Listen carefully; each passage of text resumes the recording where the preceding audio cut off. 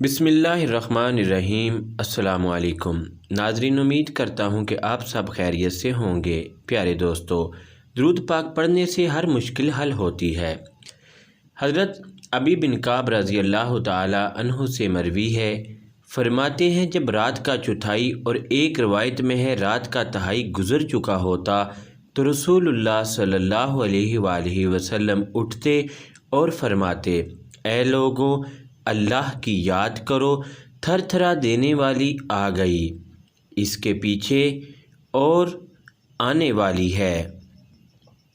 موت اپنی تلخیوں کے ساتھ آ پہنچی۔ ابی بن کعب نے عرض کی، یا رسول اللہ صلی اللہ علیہ وآلہ وسلم، میں حضور پر کثرت سے درود پڑھتا ہوں، ارشاد فرمائیے کہ میں کس قدر پڑھا کروں؟ فرمایا جتنا دل چاہے۔ میں نے عرض کیا، کیا وقت کا چوتھائی حصہ؟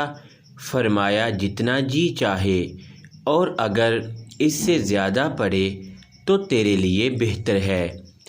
عرض کیا، کیا نصف وقت؟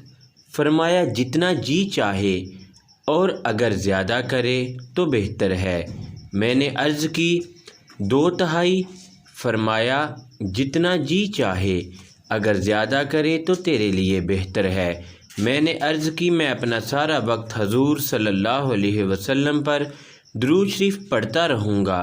فرمایا تب یہ درود شریف تیرے رنج و الم دور کرنے کے لیے کافی ہے اور تیرے سارے گناہ بخش دیے جائیں گے۔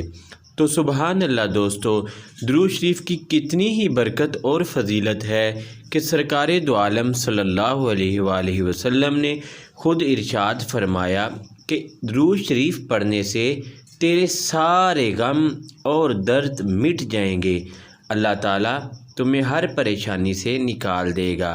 دعا ہے کہ اللہ تعالیٰ ہم سب کی قبولیت فرمائے۔